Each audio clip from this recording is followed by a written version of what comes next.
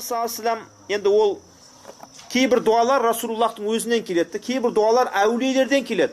Олар оны оқыған, оның мысалы күшіні көрген, сөйтіп үмметке не істеген, жеткізген.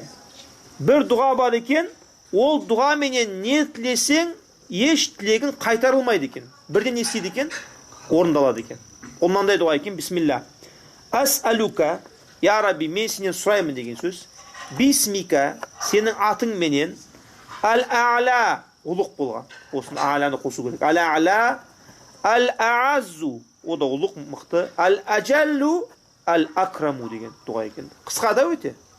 Аллахумма ас'алука бисмика, ал-а'ла, ал-а'азу, ал-аджаллу, ал-акраму. Осы дұғаменен кімде-кім сұраса, Алла тағала оның дұғасын кері қайтармайды, иншалла. Кейін жазып алсаңыз болады. Бірақ бағасы қымбаттайды, иншалла. Одан кейін тағы бір дұға бар. Бұл ұстаздарымыздан естідік. Мысалға, Алла тағаланың 11 исми шарифі бар, білесіздер. Өйткені өзі аятта айтылады: «Валиллахил асмаул хусна». Бүкіл әдемі есімдер кімдікі? Алланікі. «Фад'уху биха». Олармен не істеңдер? Дұға сұраңдар. Демек, кімнің есімімен дұға тілеу керек? Аллахтың есімімен дұға тілеу керек. Исми шарифтер бар, көп онда. Исми шариф бар дұғалар көп. Соның біреуі мына дұға екен: Аллахуху маликун самиун қадирун каримун халимун латифун алимун муинун садиқун. Егер қиналсаң 11 рет оқысаң құтқарыласың дейді. Қараңыздар. Оны кім айтқан? Оны шейх Мухиддин Сибағи деген, Мұхаммед Сибағи деген кісі айтқан екен. Алла тағала сырын пак етсін. Шейх Мұхаммед Сибағи бұны оқыған, сөйтіп дұғасы қабыл болған.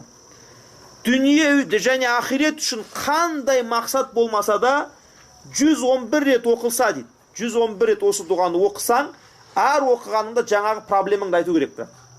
Мысалға жаңа оқыдың, Аллаху маликун самиун деп оқыдың ғой, кейін я Рабби жип бере көр. Екінші оқыдың, я Рабби жип бере көр.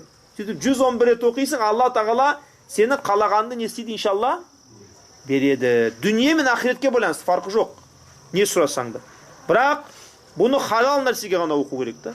Харам нәрсеге оқуға, бұл біз болды, мына дұғаны үйрендік, енді жаңа ана жерде пәлен кісі бар, соны ажырату керек әйелінен, үйту керек, бүйту керек, үй жанып кетсін, дүниесі күл болып кетсін. Бұндай нәрсеге қолданса адам, ол Алланың ләғнетіне ұшырайды. Пайғамбардың ләғнетіне ұшырайды. Бүкіл мұсылмандардың ләғнетіне ұшырайды, нағузубилля. Сол үшін бұндай нәрсеге қолдануға болмайды. Кімде-кім бұл есімдерді жазып, өзінің үстіне тағып алса, оған ешбір қару әсер етпейді екен. Бірақ сынап көрмеңіз тағып алып, үйге барып, әсер етемекен, әсер етпеймекен деп. Сен тақ дейді да, Алла тағала құтқарады, иншалла. Сол үшін бұл дұғаларды оқиық. Алла тағалам біздің бүкіл қылған дұғамызды қабыл етсін.